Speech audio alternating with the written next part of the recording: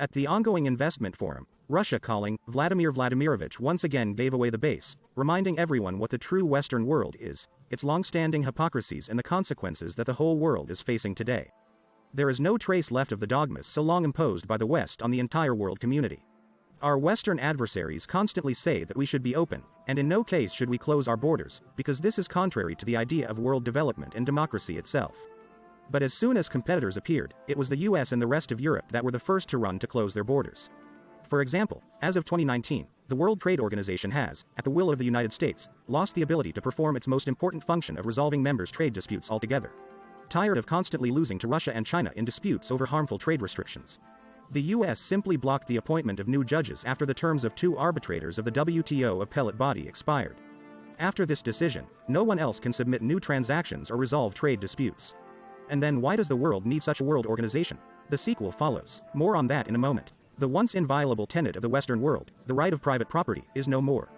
The fact that Russia has been robbed of some property located in the West is no longer surprising. Like the fact that our businessmen, who were considered friends of the West, are also left without pants. Billionaires from other countries have had a hard time as well, so they began to return to their countries, for they realized what now awaited them. For example, Alibaba founder Jack Ma, who until recently criticized the Chinese government while praising the Western world, has returned to China. He suddenly felt calmer in his homeland than he had in Japan, where he had been living lately. In general, Chinese fugitives learn from the mistakes of our businessmen. Putin stated that the world globalization according to the Western scenario has completely failed.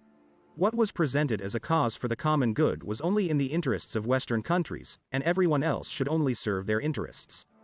So, for example, the US wrote itself out as the dominant position, and all other states were viewed in terms of a resource base of supply.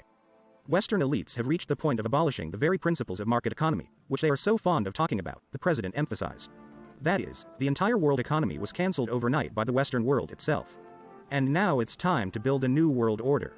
Russia, despite the 18,000 sanctions imposed, has become Europe's largest economy and is now ahead of all leading European Union countries in terms of growth rates. Even Western financial institutions, represented by the IMF and the World Bank, recognize this. According to the latest IMF report, Russia's economy is forecast to grow by 2.2% in 2023. Thus, in the first 10 months of this year, Russia's gross domestic product grew by 3.2%. Today it is already higher than it was before the Western sanctions attack, the president said. At the same time, non-resource sectors of the economy are growing first of all, accounting for 54% of growth. Supporting industries, trade and catering accounted for 44%, and only 2% for mining. And all of them, not just oil and gas. Now let someone say that Russia is a gasoline station, as they tried to say recently, Putin said. It turns out that the sanctions have been good for us. It turns out that the West has been strangling Russia's economy with its friendly embrace all this time. This will be a revelation to some, but that's the way it was. Take for example the gas turbine industry, which, in fact, has been revived thanks to the withdrawal of Western companies from the Russian market. And yet we have repeatedly tried to start implementing our own technology.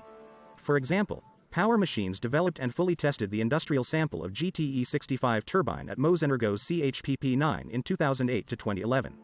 Seeing this, Siemens promised 100% localization of its technology and gas turbines in Russia if the GTE-65 is immediately dismantled from the CHPP and replaced with their counterpart, AE-64.3A. And all work in this direction should be curtailed. Having listened to the promises of Siemens, GT65 was dismantled and replaced with a Western analog.